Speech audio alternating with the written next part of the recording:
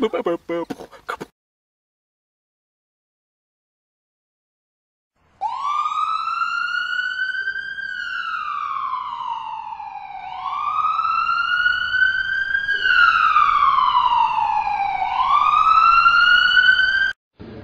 back to Strasbourg, where we're going to use a little bit of bonus time, in effect, to examine, Nick, on Frankfurt School economics, something that you touch upon. A lot of people want to talk about it. They want you to explain, but normally we don't have the time. Because we've got a bonus 10 or 15 minutes here, I thought we'd take the opportunity to put you under the spotlight and ask exactly what are you on about? Yes, Simon, well, really and truly 10 minutes doesn't do it justice. No. But it's a start anyway. A lot of our people have got the fact that there's this school of thought arising from the Frankfurt School, which is having a catastrophically destructive effect on our entire civilization. It's behind so many of the problems we see, from social decay, right through to mass immigration. So, in simplest possible terms, the Frankfurt School was a group of hardcore Marxists who, in the 1920s, 1930s, not surprisingly, were based in Frankfurt. And they looked at the question of why the Soviet Revolution, why the Marxist Revolution had happened in Russia and not in Western Europe. Because according to Karl Marx's theories, communism was supposed to be inevitable, the Communist Revolution, the more the capitalist system advanced. So it would therefore happen in the most advanced capitalist countries. So Marx fervently believed it was going to happen in, say, Britain and Germany and France. And of course it didn't. It happened in the most backward country in Europe. So the Frankfurt School set about working out why this was, and they came to the conclusion it was because that specifically Western civilization, so not just Christianity, although it was an important part of it, because Russia has that as well, but also the institutions of the more stable West, and the national identity of the countries of the West, all these things together, and a legal system that worked, and churches that were respected, and a military that was respected, and so on. All these things were a block to the Communist Revolution. So therefore, rather than wasting their time trying to persuade the workers to rise up in revolt, their idea was that they'd attack the foundations of Western civilization, because once they'd gone, once there was no longer, say, respect of young people for their elders, as just one example, it would make it easier to have a communist revolution. So that's where they started. And so they set about, they decided to do it primarily in two ways. The first was what they called the culture of critique, which was just a system of thought whereby they would simply critique, attack, verbally and intellectually attack aspects of Western civilization, the church, the family, democracy and so on, proper democracy. They'd simply attack and attack and attack, and like water dripping on a stone, would gradually wear it away. And the point isn't to come up with truthful attacks, the point is just to attack. They do it against us, they do it against me. With plenty of this. They just invent whatever it is, and then throw it at the target, and even when it's rebutted, don't then say, okay, sorry, we admit we were wrong, we'll leave you alone. Just carry on with the next lie, carry on with the next attack. So this culture of critique has been running since then against every angle of our society. And you can see it when even quite funny TV programs mock and ridicule the core parts of our society.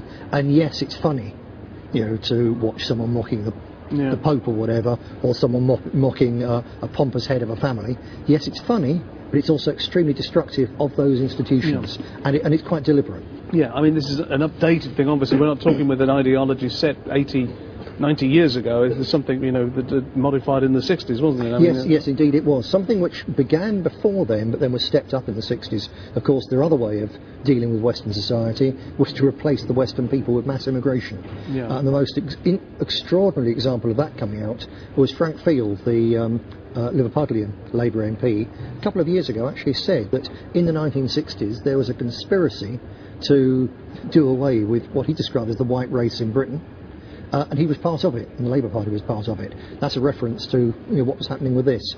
But as well as mass immigration, particularly in the 1960s, there was a revisionist Frankfurt School developed around a small group of theorists, one of whom, the most important one, is Jürgen Habermas, a German, in his youth a member of the Hitler Youth, because all Germans were, but after the war a hardcore fanatical revolutionary communist.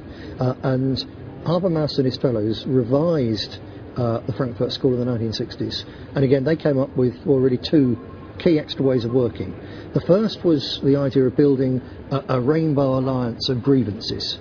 Yeah. And so they find different groups, they persuade them that Western society and the patriarchal society, capitalist society, the nation and so on, in some way discriminates against them, and then use that discrimination against them to bring them into a larger alliance of disparate groups, very often in fact mutually hostile and antagonistic, or certainly with different interests. A classic example now would be the way in which the left tries on the one side to mobilise and use the homosexual lobby, and on the other side works with radical Islam, which wants to stone homosexuals to death.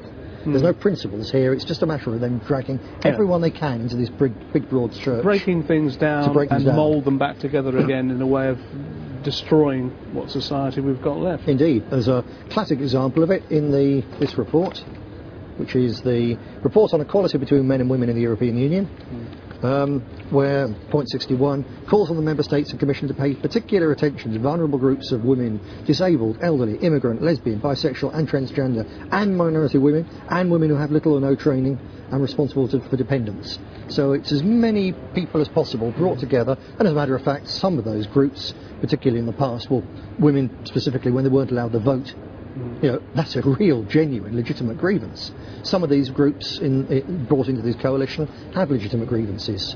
Others don't, and it's phony grievances, but in all cases they're to be exploited in order to turn them against our society. So that was part of it, but Habermas in particular came up with a further utterly revolutionary idea, which is now at the core of so much of what is going on. And this was that they concluded, they looked at why it was in the 1960s that the working class in particular was more patriotic than anybody else. I think this may have come, may actually have crystallised in the minds in Britain, where during one of the 1968 huge left-wing student demonstrations against the Vietnam War, at one point some huge march of these leftist students, Maoists and all sorts of lunatics, passed quite a large body of dockers. And the students were all chanting Ho, Ho, Ho Chi Minh after the North Vietnamese communist leader, to which the working class dockers of London came up with the bright idea of responding Enoch Powell.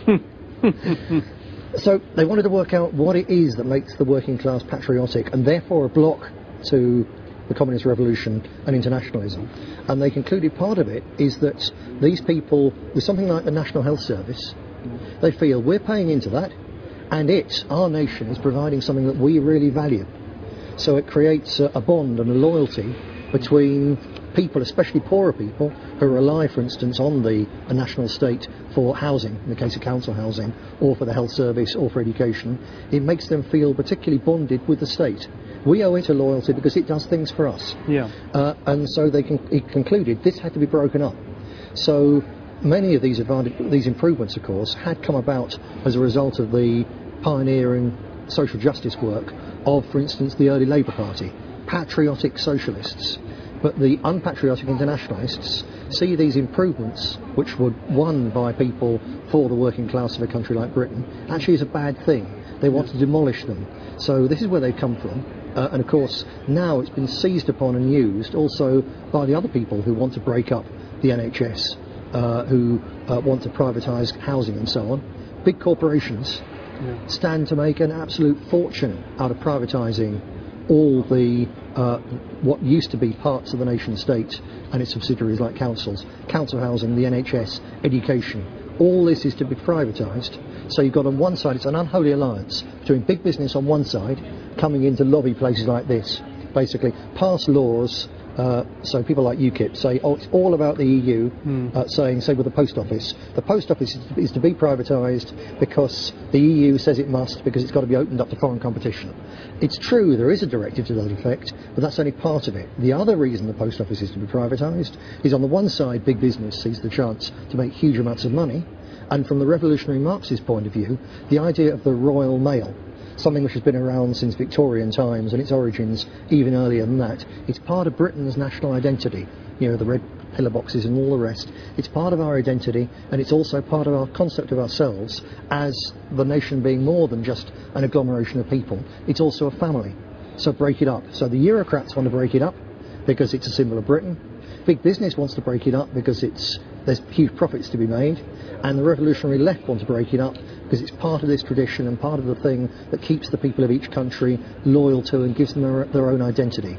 That's the war that we're facing, and the Frankfurt School is little understood, which is why this is an important piece of TV for us there, but it's absolutely crucial. If you want to understand what is going on in our world, especially in Britain, you have to understand what goes on in this place. You have to understand the naked greed of big business and its ability to buy politicians and buy the political elite, and you have to understand how the Frankfurt School and the far left are working with these people to destroy all that we hold dear. We're the only people who talk about it. We're certainly the only people who can fight against it.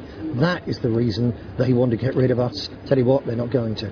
No, fascinating. We could talk all day about this, and I dare say you've probably listened to us all day, but we've run out of time, and unfortunately that's the end of this little report from Strasbourg. We'll be back in a couple of weeks' time. Thank you.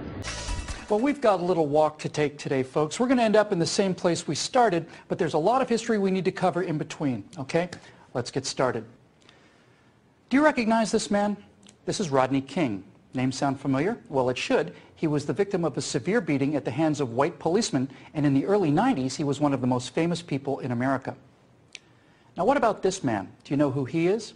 His name is Kenneth Gladney, and he too was beaten. King is famous, and Gladney is almost unknown, because King's beating, which was criminal and appalling, fit a narrative, and Kenneth Gladney's did not.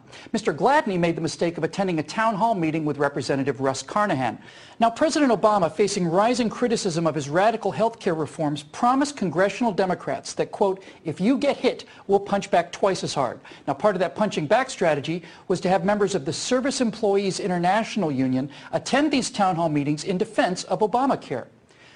Well, 3 of them, wearing SEIU T-shirts, saw Mr. Gladney handing out flags that bore the American Revolutionary slogan, "Don't tread on me." Now, when Mr. Gladney offered one of the SEIU members a flag, he replied, "What kind of nigger are you to be giving out this kind of stuff?" The 3 union members then proceeded to knock Mr. Gladney to the ground and repeatedly punch and kick him. Now let me answer the question that this left-wing union member asked. This American patriot, Mr. Gladney, is the kind of person that runs counter to the narrative. Racial protection, racial sensitivity, and victimology only apply to those blacks and minorities that follow the narrative. That's why you'll never see Mr. Gladney on the cover of Time or Newsweek or the New York Times. Now, what do I mean when I say the narrative? Well, let's turn to MSNBC. Greg Gutfield and the folks at Hot Air are trying to keep alive a remarkable story. Take a look at this segment run on MSNBC at 10:45 a.m. on August 18th of 2009. A man at a pro-healthcare reform rally just outside wore a semi-automatic assault rifle on his shoulder and a pistol on his hip. The Associated Press reports about a dozen people in all at that event were visible. Also, there are questions about whether this has racial overtones. I mean, here you have a man of color in the presidency and white people showing up with guns strapped to their waists or to their legs. And the gentleman with the assault rifle, representing the angry, ugly face of white racist America come to lynch the black president, the man whose face we never see but whose rifle and handgun are used to make the case, who is this horrible bigot? Oh, it's this man. And what is his hateful, racist, lynch mob reason for attacking the president of color? I'm absolutely, totally against healthcare in this way, in this manner, stealing it from people. I don't think that's appropriate. So why was he edited out? Why, in fact, did MSNBC producers choose to cut away from his face and hands but keep his rifle and handgun to gin up stories of armed white mobs at town hall meetings ready to lynch a black president because of racial hatred? He was edited out because not only didn't he fit the narrative, he was edited out and the American people were lied to by MSNBC because he ran counter to the narrative, just as that other American patriot, Kenneth Gladney, ran counter to the narrative. So what exactly is the narrative? Well, now we have to go for that long walk. These 2 men are not politically correct. Now, we've all heard that term, but what does it mean? Where did it come from? Most people think it started in the 90s or perhaps even the 60s. No. Its origins go back to World War I. Now, prior to the Great War, Karl Marx predicted that the workers of the world, united by class consciousness, would arise as one and overthrow national identities and bring about the paradise on earth of world communism. They considered this not theory, but science, accepted fact, and war would be the trigger. War came. The biggest, most appalling, most horrific war imaginable came. But communist revolution only came to agrarian, backwards Russia, which was practically a feudal country, and not to the modern, capitalist, industrialized nations like England and Germany and the United States, as communist science had assured the world that it would. Now, as the dust settled on the Great War, a group of Marxist philosophers decided to form an institute, a think tank, to analyze what had gone wrong. It was originally to be called the Institute for Marxism and would be similar to the Marx-Engels Institute in Moscow. But some worried that the Institute for Marxism might be a little bit too, well, actually a little bit too honest. So they decided instead to name it the Institute for Social Research.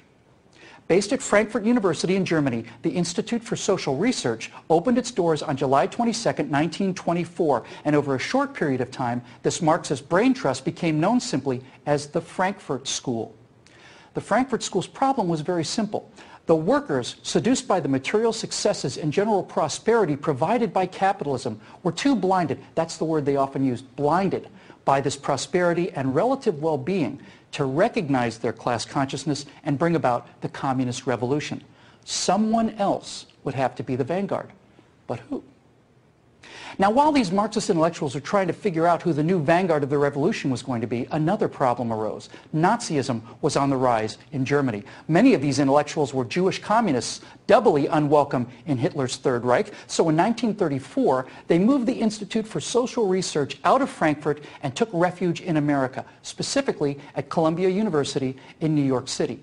The Institute for Social Research remained at Columbia until 1951, when it returned to Europe. Presumably, it wasn't very far from the Columbia School of Journalism, which awards the Pulitzer Prize. But it was while it was here in America that the Institute, still informally known as the Frankfurt School, did its most important work. The great insight gained by the Frankfurt School was to divorce Marxism from economics and marry Marxism to the culture. And the fruit of this fundamental change in strategy is known as critical theory. Now, the theory of critical theory is simply to criticize. I know it sounds silly when you put it so plainly, but really, that's all there is to it.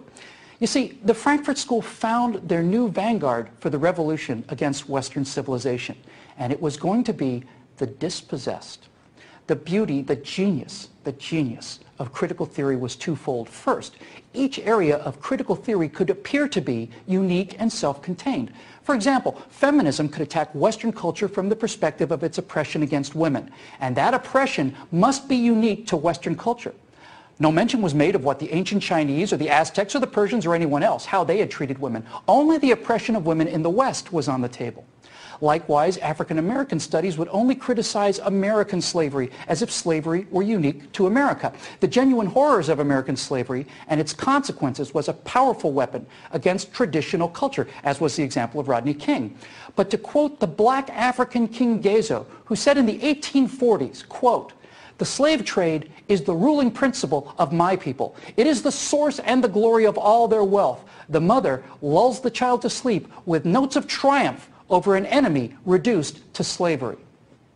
You see, now a quote like that shows the economic incentive of a black culture to sell other blacks into slavery purely for economic gain. Quotes like that make slavery seem less about racism and more about economics, and quotes like that show that there's a little more than white English-speaking guilt to go around. It runs contrary to the narrative, and it has to be suppressed in schools. It is politically incorrect.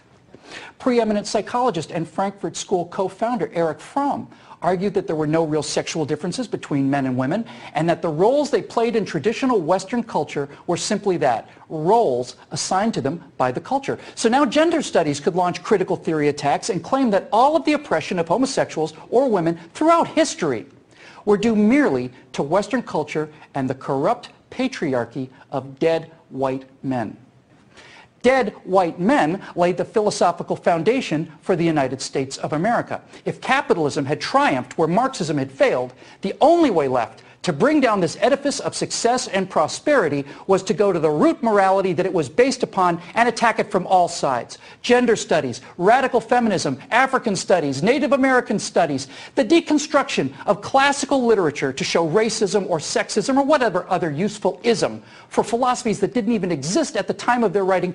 All of these programs, and all they do is inculcate and aggravate a sense of rage, separatism, and victimology, and assign to the only culture that actually tries to eradicate these injustices the sole onus of their origins. Now, I said that critical theory was brilliant strategy in two ways. The first being that it launched multiple, apparently unconnected attacks against the dominant culture. But the real source of its power and genius, however, is that the criticism never demands an alternative. What might have been better, what might have worked in its place, what alternatives have been tried successfully in the past, nothing. That's because they have nothing. There is no logic, no history, and no factual underpinning to their dreams and philosophy. Everything they believe in has proven to be wrong. It's been drowned in oceans of blood and tears. But why should mere fact trump ideology? One of the main pillars of the Frankfurt School, Max Horkheimer, famously wrote, quote, "Logic is not independent of content." Yes, it is. Yes, it is. Even the idea of facts, logic, reason, and history are under attack, which is why Rachel Maddow will do 30 minutes making fourth-grade jokes about teabaggers, because that infantile snark is all she has against common American citizens who are quoting Hamilton and Jefferson and Adams chapter and verse, and who are referring to the various clauses of the U.S. Constitution and asking where these new federal powers draw their constitutional legitimacy. You can't argue with that. You can't even let that come out. No, let's make teabagger jokes, and let's just mock the rubes instead. America, the Frankfurt School's bastion of racism and sexism, fought a civil war and lost 360,000 Union dead to eliminate the shameful heritage of slavery. America has elected a black president and run a female for vice president twice. Is there so much as a single black mayor in all of Europe? Are there even any black people living at all in China? None of that matters. It's off the narrative in the same way that Kenneth Gladney is off the narrative being that President Obama's radical socialization of American healthcare, and in fact the entire economy, is opposed only by a small group of rural, white, ignorant, paid, gun-toting lunatics driven by a racial hatred for a black president. That's the narrative, and it will be maintained, even if it means MSNBC producers and executives have to work throughout the night or over the weekend, finding the footage they need to tell the story and excising those faces and hands that inconveniently get in the way. Now, I understand that Mr. Gladney is bringing a lawsuit. Good for him. If I was this unnamed patriot with the AR-15, I can't find his name because the media never deemed it worthy to report it, then I would sue MSNBC for defamation of character and for using me as a pawn to tell the exact opposite story I was there to tell myself. You know, there's a line in the movie Serenity that I often think of these days, and that line is, "You can't stop the signal." The truth will get out. The left has been telling these lies for almost 100 years now in order to resurrect a political philosophy that has killed no less than 100 million people and still will not die. Now, do I think that Contessa Brewer, Rachel Maddow, and the producers at MSNBC are part of a vast Frankfurt School conspiracy? Of course not. Contessa Brewer does not strike me as a person who was hired for her deep historical perspectives. But that's the power of the narrative, you see. It's now so deeply and widely embedded in the culture that it's simply what people believe. And if there were any real journalists left in the world, we'd have heard more about the Frankfurt School. But the signal will get out, even if it's just through the efforts of a few of us sitting here in our basements writing in our pajamas. I think we find ourselves at a crossroads. There's one way to turn this around, maybe. My experience in talking to people about this is that they simply don't understand what's about to happen.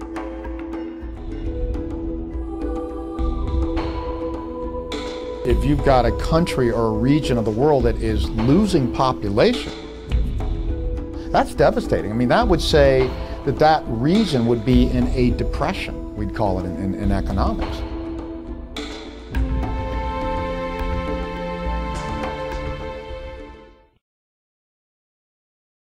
You know, there's been a great decline in maybe 70 countries now that are below replacement fertility. Replacement fertility is the number of childbirths per woman that is required to replace the existing population. We're going into a new era. Why is this aging, and why is this demographic winter occurring? When fewer children are born, there are proportionately more elderly. This is called an aging population. The world for the last 200 years has been population increases pretty much in all countries. So that's the challenge, to try to first understand why it's happening and then some consequences. Certain population reduction in at least some countries, and in many countries without immigration, enters us into unknown terrain where there are potentially very significant negative consequences. Sub-replacement fertility a generation and more ago means that the working age population, aged 15 to 64, is going to be slowing and then peaking and then declining more or less indefinitely as far as the demographer's eye can see. Northern Italy and parts of Spain, with fertility rates below 1, homes in abandoned villages all around Europe. First, there's few births. Fertility rate is very low. It's 1.38 in Europe, whereas the rate needed for survival is 2.1. While Western Europe is experiencing low fertility, parts of Eastern Europe are already experiencing population decline. From 1989, for example, to 2002, the population has decreased by 13%.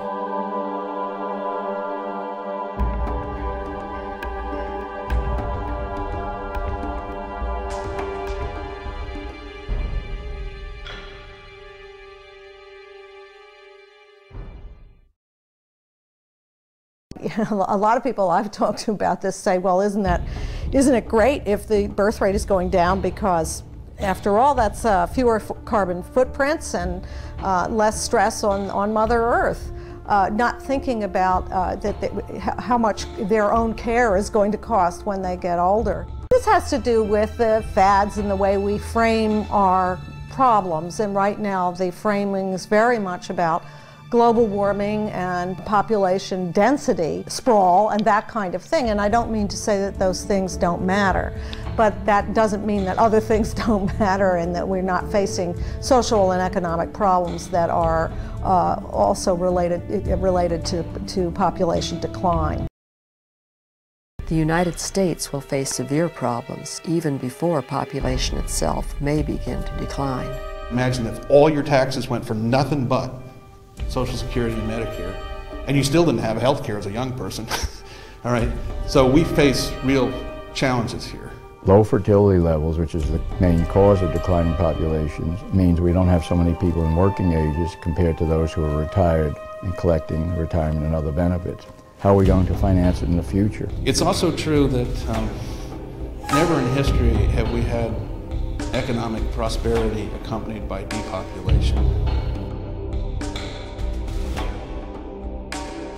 Well, human capital refers to the knowledge, skills, information that people have.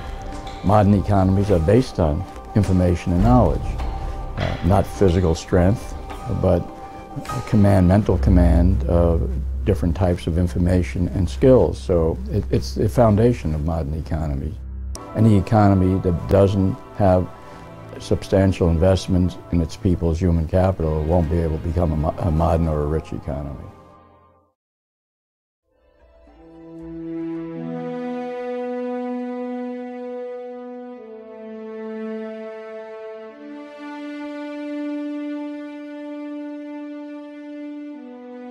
The stock market, from the beginning of 1990 to its bottom in 2003, went down 80%. Now, these are blue chip stocks, the Nikkei.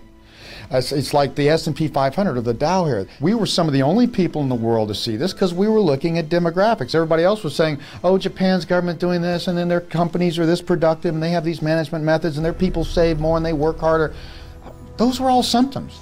Demographics said, boom, and then bust, and yes, everything unraveled. Real estate, stocks, everything. When you have declining number of consumers at different ages, you discourage research and development, productivity growth, which is the engine, fundamentally the engine of growth in any economy. We think when the United States and Europe go into this slowdown, particularly by 2010, due to demographics, that at first it's going to hit emerging countries and their stock markets are going to go down and their economy is going to slow. Now the difference is they will have the demographics to bounce back once they recover from that, whereas the United States and Europe will continue to slow, and countries like Europe and Russia slow almost forever.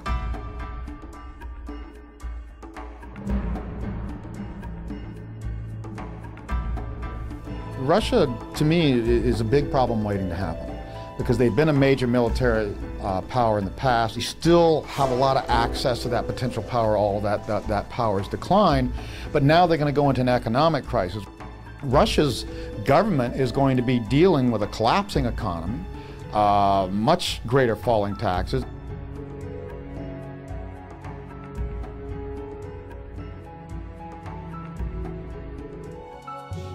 It seems a strange thing, with population growth so important to society, that we never hear about that side of the story. Could it be that we are simply not comfortable with how that story unfolds?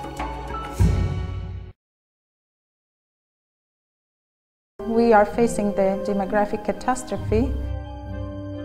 The number of the young children are becoming less and less. And for such a small nation as Latvia, it might even endanger the survival of our nation. So it's very crucial for us to change the demographic situation.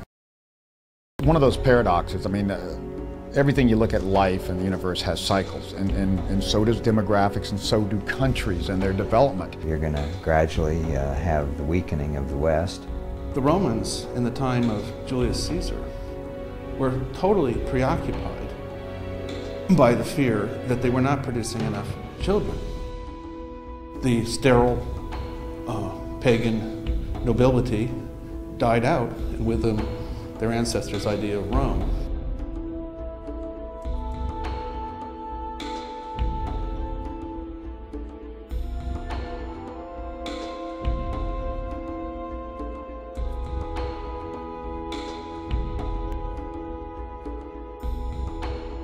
You look back in history and no part of the world stays dominant forever. I mean, Rome was great, and now they're, Italy's doing well, but they're nowhere near leading the world. And Greece used to absolutely dominate innovation and philosophy and science.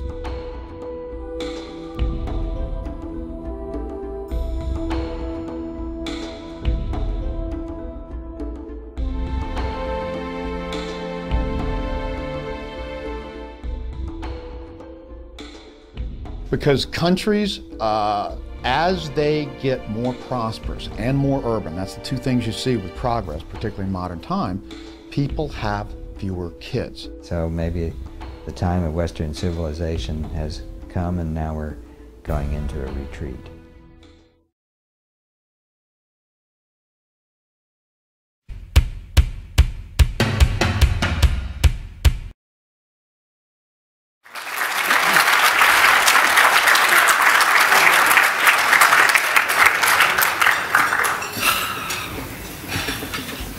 Hi, everybody.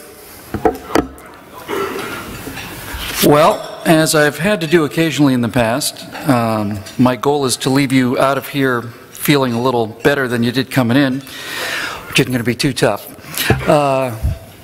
But before I do that, I'm going to have to scare the daylights out of everybody out here. So just enjoy your eggs and have some confidence that we're going to wrap this up on a little better note than what we open it on. I don't think I have to tell anybody out there that it's not just a question of policies anymore. It's not just a question of political reversals, not just the question of we don't like this candidate or we lost another election or so on. I think everybody in this room is fully aware of the fact that the wheels are coming off of Western civilization. The wheels are coming off. And I think everybody knows it. I don't think you have to be a genius to see it. And what I'd like to do in the 20 minutes I have is I'd like to give you the view from geostationary orbit. I'd like you to take you out of the maze. We're in the maze. I'd like to take you out of the maze and above the maze. It's a whole different animal looking down on a maze than it is being inside of it. And I think if you understand some of the things that I've been researching and looking into, some of this might make some sense. But just before we get started on the plan, let's talk a little bit about the case.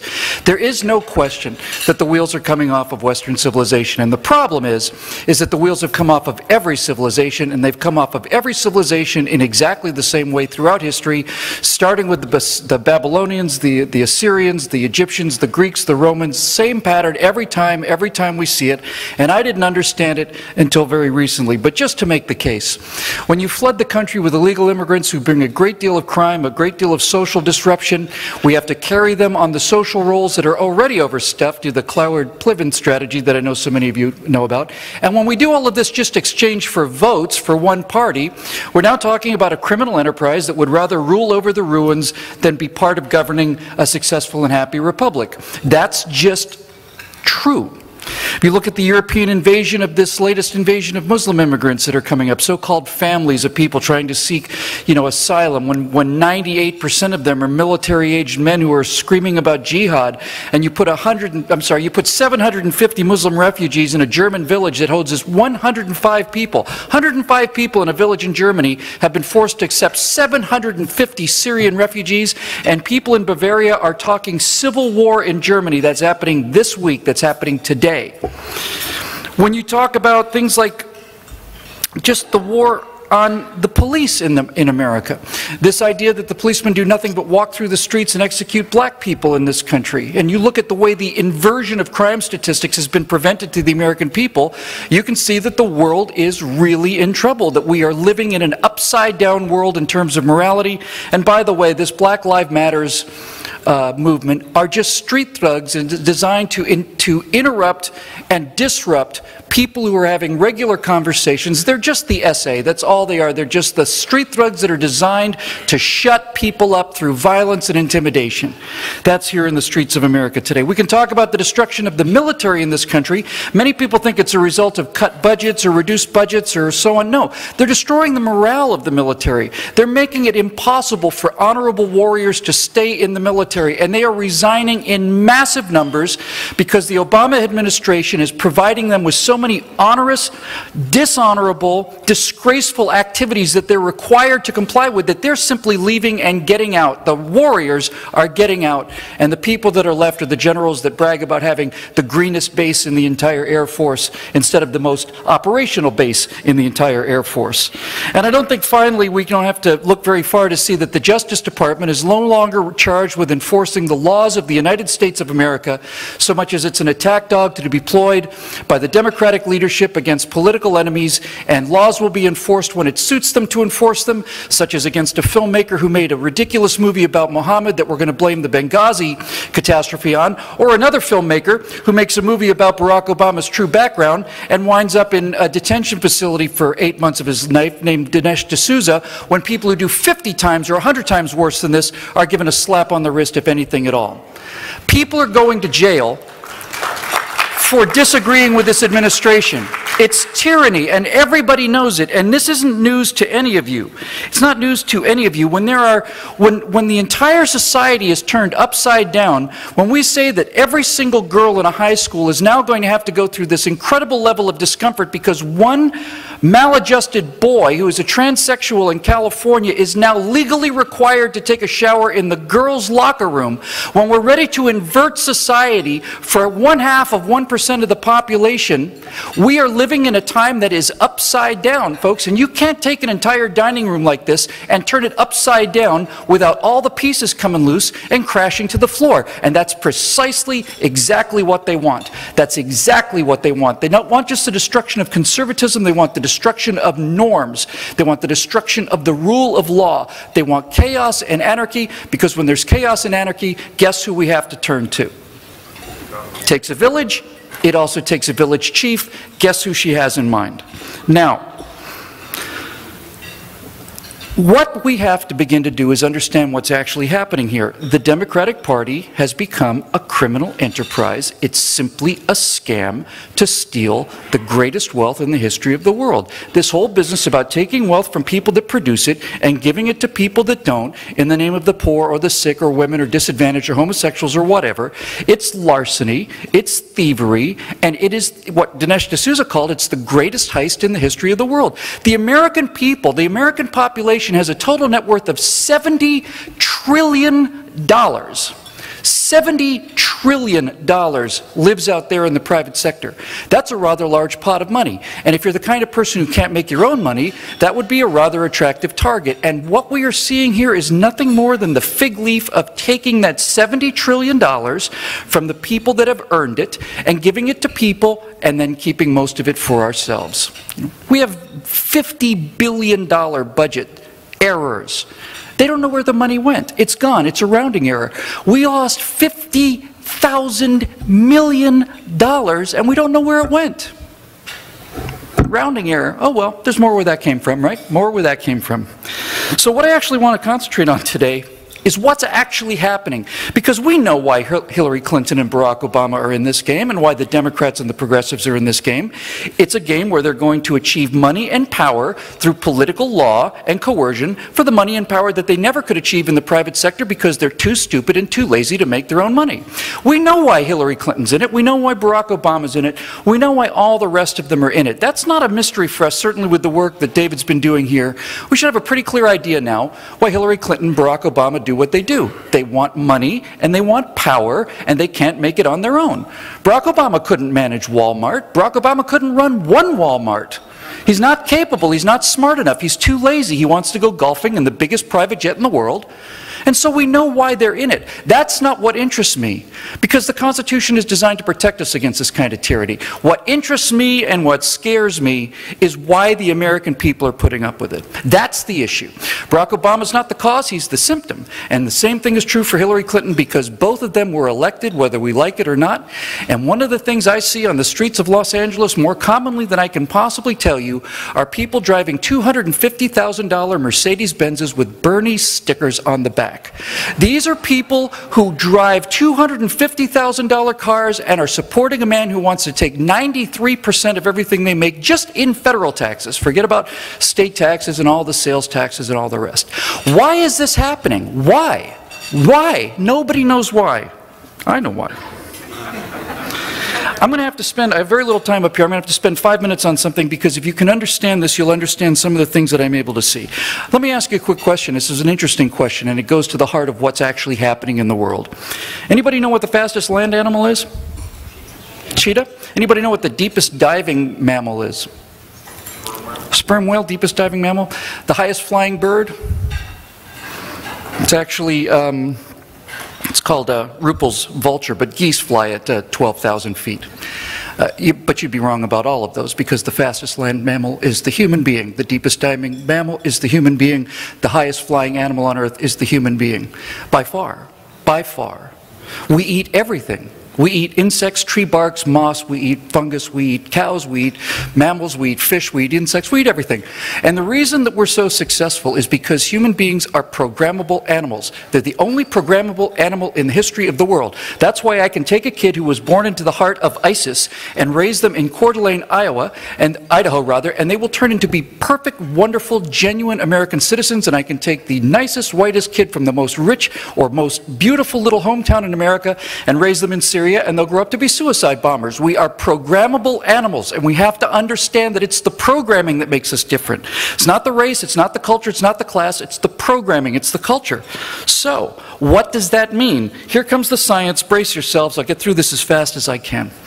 When you look at any animal in the history of the world, any animal on Earth today, from a microorganism to a blue whale, what you find is that animals have developed strategies to maximize their numbers. That makes sense, right? Evolution says the genes that are successful are the ones that are pushed down to the next generation. And as it turns out, there are two different strategies for pushing genes down to the next generation.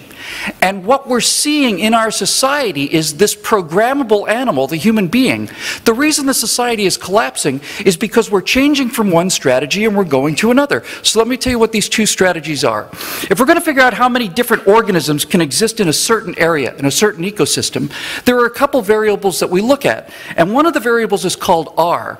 R is the reproductive rate. The faster that animals can reproduce, generally speaking, the more they can fill up a given ecosystem. R is the reproductive rate. What kind of animals traditionally are R-selected animals? Rabbits are a great example of an R-selected species because rabbits live on a plain of infinite grass. There's more food than any rabbit could ever eat. Gazelles on the savannah, the same thing. There's never going to run out of grass if you're a gazelle on the savannah. That's not the problem. So a group of rabbits, a huge herd of rabbits, are in a big endless field of clover. A rabbit is a very R-selected organism. What do these things have in common? What do rabbits have in common with each other? Rabbits don't compete against each other. They're non-competitive. Rabbits don't have a threat assessment. They're aware of predators, but if more rabbits come into where the rabbits don't care. They just move over a hop because there's an endless supply of resources for them to eat forever. Rabbits are promiscuous. They have sex with as many other rabbits as they possibly can. The male just has one encounter with a female and goes on to the next female just as fast as he can. Rabbits do not invest in their children because there's no point in making a fit rabbit. There's no actual benefit to making a healthy, fit, competitive rabbit because there is an endless supply of food, and the amount of time you would spend raising a super rabbit is wasted. What you really should be doing is making more rabbits. That's how rabbits succeed. They're selected by R, and they have R-type behaviors for an advanced reproductive rate. They don't have any sense of social structure either, by the way. There are no rabbit hierarchies, there are no rabbit leaders, there are no rabbit warriors, there are no rabbit teams. That's what rabbits do. They select and survive and win by pushing out their genes, by reproducing as quickly as possible. Now, what about the alternative? What is the opposite? Well, if reproductive rate is one way to measure how many organisms can live in an ecosystem, another way to measure the total number is by the carrying capacity of the land. In other words, how much life can this area support? That variable is called K. And if you want to think of a K-selected species, a species that's selected based on the limitations of the environment, a great example would be wolves. Wolves are very K-selected. Rabbits are R, wolves are K. They have almost exactly different behaviors. What are some of the qualities of wolves? Wolves are extremely competitive. From the beginning, wolves will be in fights. The males will be fighting constantly to see which is the alpha male, what dog is on top. Wolves will be constantly having these battles because of fitness. They need to be fit in order to survive. That's a quality of wolves. Wolves have a very strong group identity. If there's 30 rabbits in a field and 30 more rabbits come in, the rabbits don't care. They just move over. But if there's a pack of 30 wolves in a northern environment which can only support 30 wolves, if another 30 wolves come into that environment, pretty soon there's only going to be one pack left. They are aware of external threats and they understand that these threats are a threat to their survival and they're ready to fight about it. What else do we know about wolves? Wolves pair bond for life. They pick a mate at their peak fitness and they stay with that mate for life. And that's important because by pair bonding for life, they have to raise fit kids. Wolf puppies have to be trained how to hunt. It's not as easy as just eating grass. Hunting is harder than eating. It's harder than gathering. I don't know how many vegetarians we have out here, but usually, you know, it's the people, the term means poor hunter in ancient Sanskrit. So, they have that quality, and wolves, because they have a large investment in their young, it takes them a while to train their puppies how to hunt and so on. They spend a great deal of time with their children, and they want their children to be as fit as possible because an unfit wolf will die in a world of limited resources where an unfit rabbit doesn't care. It doesn't matter. There's all the food it could want. So finally, wolves have strong social codes. Wolves form into warrior bands. They form packs. And when wolves start fighting, if one wolf throws his throat to the other wolf and gives up, the aggression on that top wolf turns off because wolves respect the law. They have a law and they respect it. They're wired to respect it. Now, hopefully by now, some of you may begin to realize some of these qualities between one group of people and another group of people in this society. Right? Our selection is liberalism, what we call liberalism, traditional liberalism, classical liberalism, that's what we are, but progressivism, that's a better word. It is an R-selected philosophy. It's the philosophy of there is no external threat. It's the philosophy of communism and socialism, because socialism is non-competitive. They don't care if they all do worse so long as they don't have to compete against each other, because none of them are fit. They don't believe in fitness. It's the philosophy of early promiscuity. It's the philosophy of abandoning your children, and it's the philosophy of a lawlessness where your only job is to maximize resources for yourself because resources are endless. K are conservative. We're competitive and we like to compete. We'd rather lose to a better adversary than to win by cheating. Everybody in this room feels that same way. We're improved by competition. We're made better by it. We like it because we're good at it. That's capitalism. Wolves like us invest in our young. We tend to be more monogamous. We tend to have honor codes and rules and laws that these rabbits are using against us because they understand that we're bound by laws and rules and honor codes. So, what's happening? What's happening to this country, and what happened to the Greeks, and what happened to the Romans, what happened to the Egyptians, what happened to the Babylonians, what happened to the French, what happened to the British, what happened to all of them? It's very simple. It's really very simple. K-selected behaviors, cooperation, discipline, warrior codes, law, cooperation, produce over the course of 300 or 400 years a civilization that eventually reaches the height of its powers, and when it is the dominant civilization in the world as the Greeks, the Romans, the Egyptians, when they are absolutely dominant, you would think that that would be the point that that culture would go into space, that there would be nothing left to confront the Romans. Once the Romans had completely dominated the world, you'd think we would have had Romans on the moon 1,000 years ago. Because what's going to stop the Romans? But that's not what happens. It doesn't happen. It didn't just not happen once, it didn't happen ever. When civilizations get to the peak of their power, they collapse. They collapse, collapse, collapse, collapse. Why?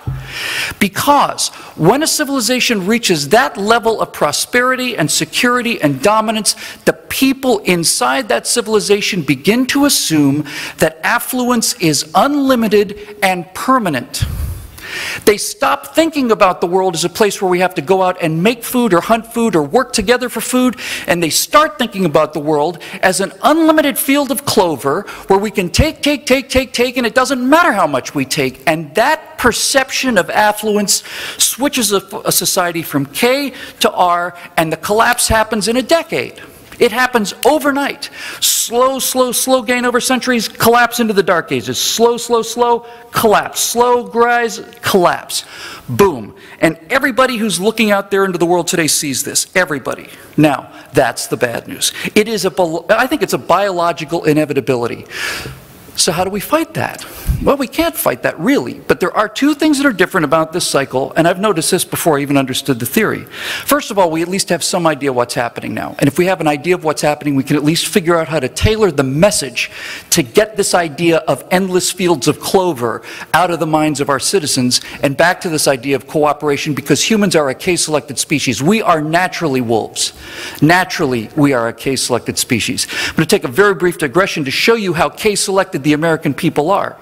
An R-selected species would be a group of gazelles, let's say, on the plains of Africa. And how do gazelles behave out in Africa?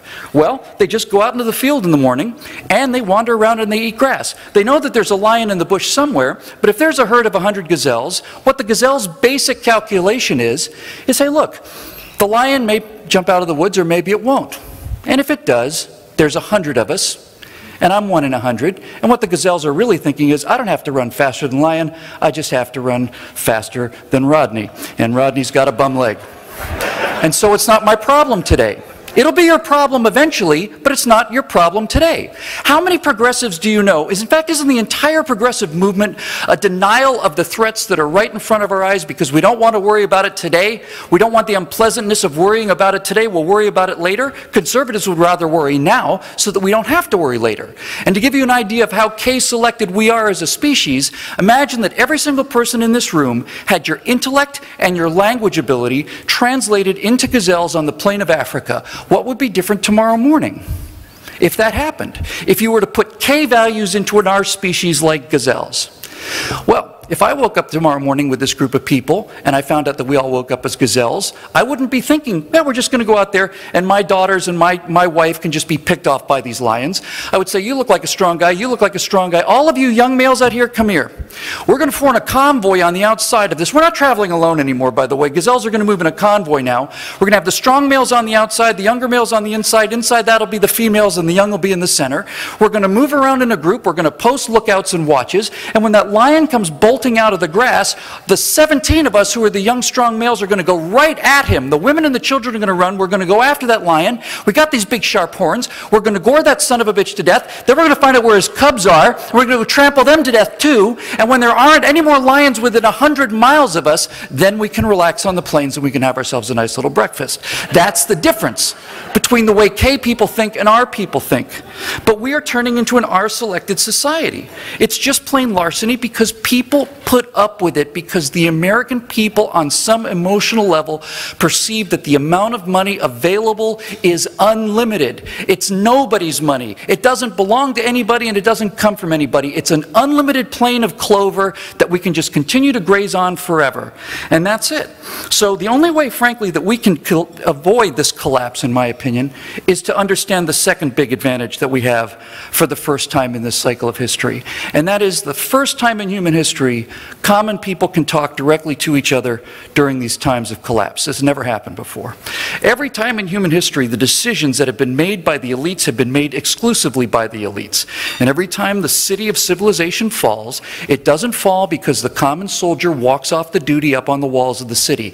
Civilizations fall because some silk-robed son of a bitch in the palace gets up at midnight because he's bored and he's suicidal and he's got the death wish, and he opens the doors to the barbarians come into the city and the city falls from within. That's always how it happens. The Russians say a fish rots from the head down, and so does a society.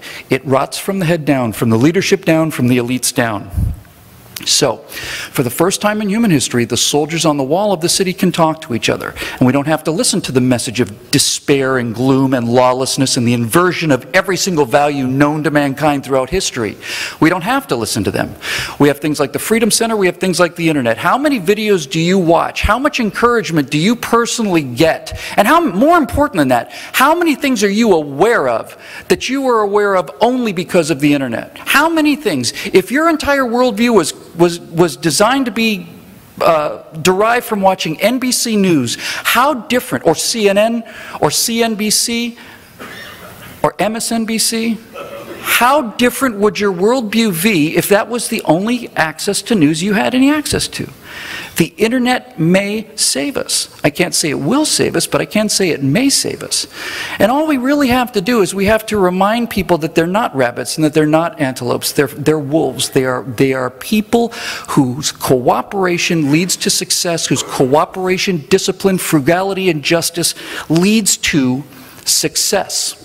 And that the success is not unlimited and it's not automatic, it's a result of hard work. So, for those of you that are really thinking it's all over out there, and I wake up every day, that's the first thought I have. I go to the Drudge Report or whatever, and I look at the new lows that these people have dug for us, and I simply say to myself, I am filled with despair, I have no idea how we're going to get out of this. But then we get up and we go to work, right? And for those of you who look at the Roman Empire as an example of inevitable decline, I would remind you that the worst of the Roman emperors, the cowardice and the weakness of Claudius and the insanity of Caligula and the simple watching the world burn in front of your eyes of Nero, which we see today in Barack Obama, were not just preceded by, but they were actually followed by entire golden ages of emperors like Nerva and Trajan and Hadrian came after. They came after these tyrants. They came after these lunatics. They came after them. We went from a period in the Roman Empire of insanity and theft and complete disregard of all of their values into areas where the Roman Empire for 200 years was more successful than it had ever been in history. It can happen. It can happen. But we have to stop talking about policies and we have to start talking about virtue. We have to start doing about the right thing for the right reasons, because today we live in a world where if you don't get caught, then you didn't do anything wrong. Free people can't govern themselves that way. If we don't start turning this message into a message of virtue, of doing the right thing for the right reasons, we're going to be done. And the good news in all this is Charlie Kirk, where are you, Charlie, out there? I know he's doing such a great job. Charlie will tell you, he's doing such terrific work with young people, he'll tell you that young people are extremely virtuous. Young people want to do the right thing. They've been told by these R-selected weenies and losers and control freaks that doing the right thing is living like rabbits in a socialist world, but they want to do the right thing. All we have to do is talk to young people about the value of virtue, about not being a jerk, about not stealing from somebody else, because they're in favor of wealth redistribution as long as it's somebody else's wealth being redistributed to them. But when we talk about their wealth being redistributed to other people, suddenly they're rock-ribbed conservatives. When we can make that case that this whole thing is a giant piece of larceny and corruption for personal political gain on the part of Barack Obama and Hillary Clinton and all the rest, they will do the right thing. And that golden age of improvement and restoration can be ahead of us, is our choice. But this is one of the only mechanisms that we can use to do it, is supporting people who can send the message around these corrupt, death wish, suicidal elitists. And that's why I'm always so happy to come here and so grateful to see all of you here this morning, and I hope you have a wonderful time, and I hope you learned something. Let's get out there and do some work. Thanks. His business empire was crumbling. The headline was quite accurate. Welcome to the 90s, Donald. Because it was like he got whacked right in the face. It was amazing. His empire could be at risk of collapse if the New Jersey Casino Commission decides not to approve Trump's bailout plan. By the fall of 1991, all 3 casinos had filed for bankruptcy. You know, I had a wife who was suing me for $2 billion. I had the banks, I had this, I had that. Back in the 1990s, you owed something like $900 million. Your empire was pretty much more than that. You owed more than that? 975 was personally guaranteed. That was just the small part. That was the harder debt. But I owed many, many billions of dollars. The leverage shifted dramatically over to the banks because it was no longer an issue of a bank and a piece of real estate. It was a bank in Donald Trump's actual survival. Trump owed money all over town, to 72 banks in all. Pomerantz represented them as a group. How close was he to going personally bankrupt? Very. Trump makes a point of saying he never went personally bankrupt. But there's a reason why the banks decided to keep Trump whole. We made the decision that he would be worth more alive to us than dead. Dead meaning in bankruptcy. We don't want him to be in bankruptcy. We want him out in the world selling these assets for us. So you wanted him alive because he was a salesman and could best sell his own properties. That's correct. We kept him alive.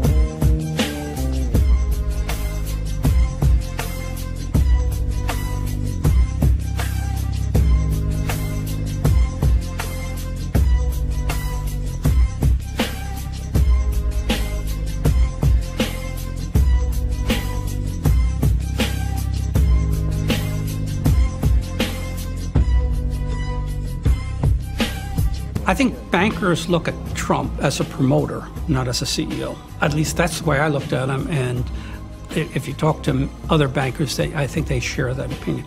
He's a wonderful promoter. He's the P.T. Barnum of the 21st century. Donald Trump may have pulled off his biggest deal to date. Donald Trump had survived. He was too big to fail. The bankers do not want Trump to file for bankruptcy. There is this very influential small group, relatively small group of Jewish donors who give a disproportionate amount of the money to the Republican Party. Casino mogul Sheldon Adelson. He's worth an estimated $30 billion. And in fact, in 2012, he already spent $100 million in his attempt to defeat Barack Obama. A season in politics now known as the Adelson primary. Republican presidential hopefuls eager to attract support and maybe millions from casino mogul Sheldon Adelson.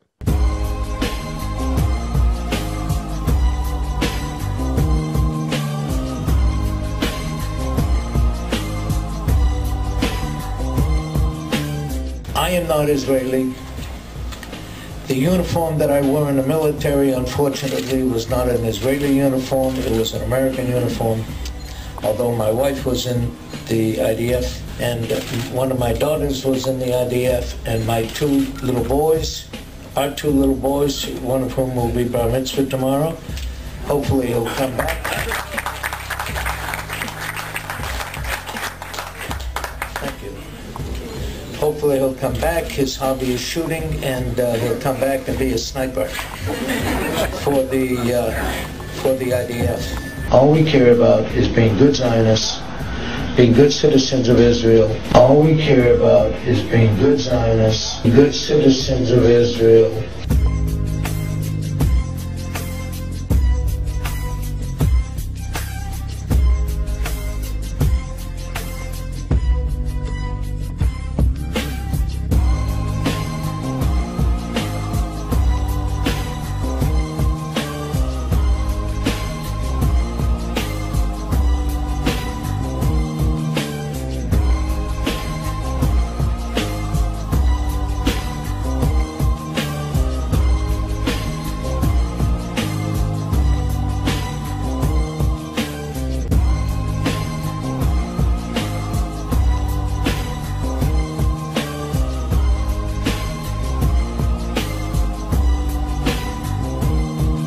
That victory would not have come without one other person besides Donald Trump, Sheldon Adelson.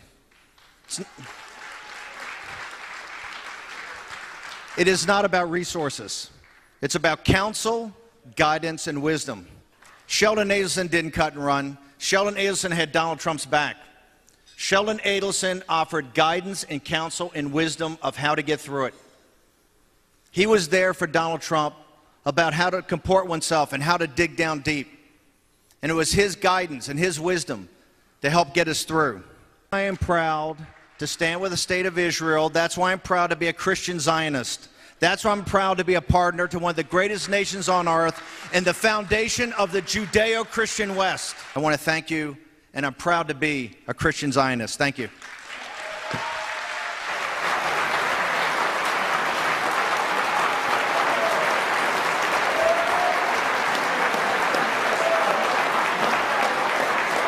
He has really become a leading donor and a leading figure in this hawkish, pro-Israel, conservative sort of circle that is so influential in American politics.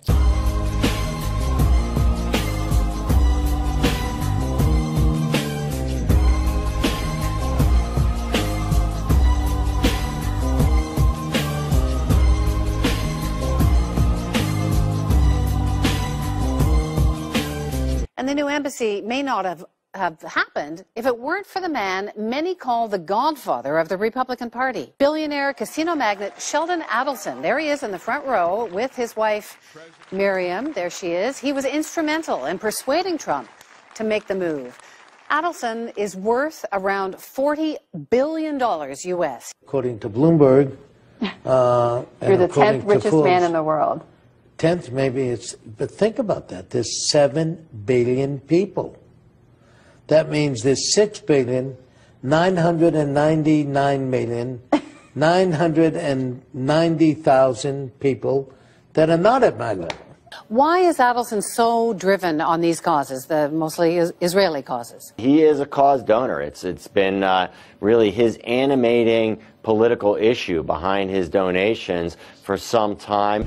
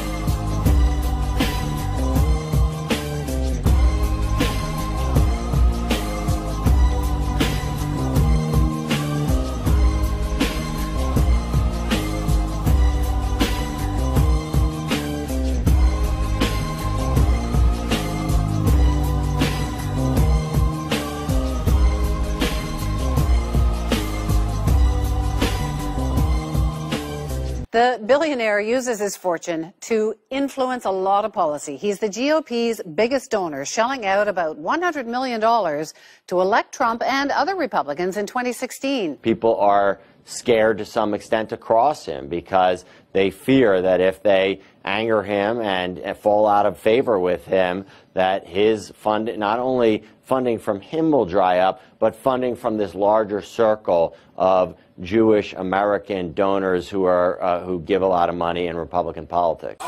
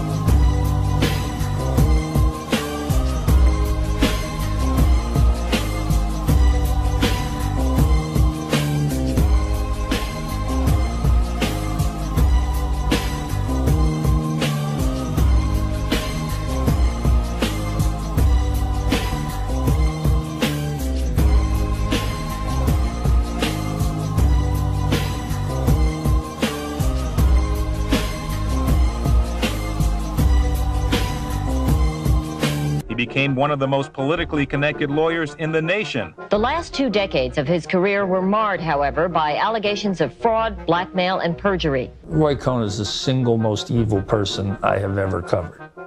If that's a magnet for you as a young man, it says you're soulless before you start.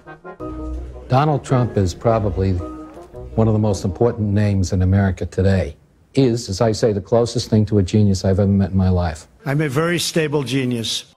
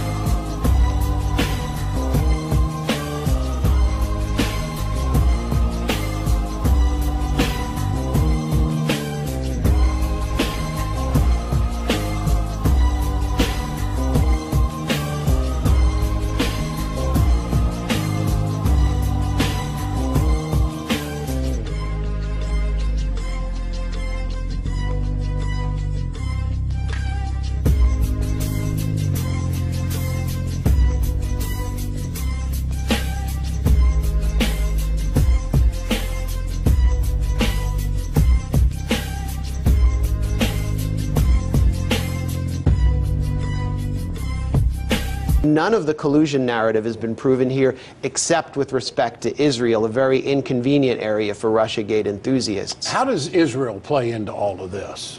Well, Israel's central in this, and what we're looking at is actually Israelgate.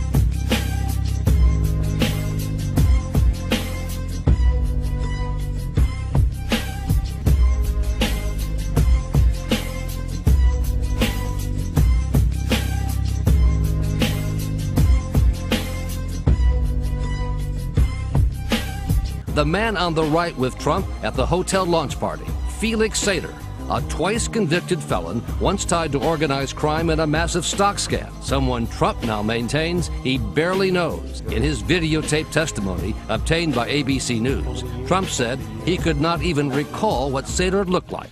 If he were sitting in the room right now, I really wouldn't know what he looked like.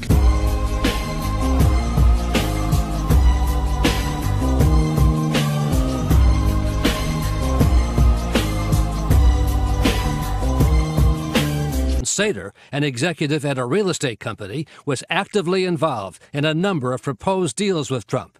Here they were together in Denver in 2005. And in 2010, 3 years after Sater's mob ties became public, the Trump Organization issued Sater business cards identifying him as a senior advisor to Donald Trump, with a Trump Organization email address and phone number.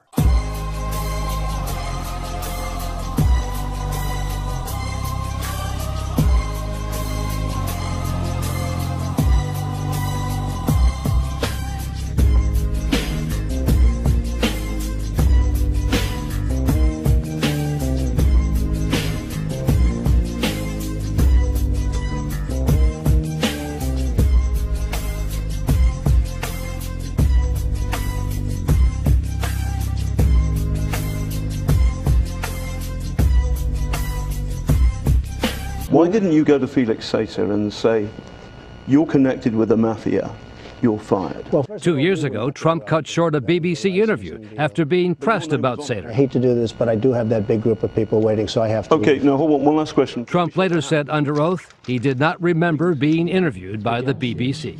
Do you recall doing the interview? No, I don't.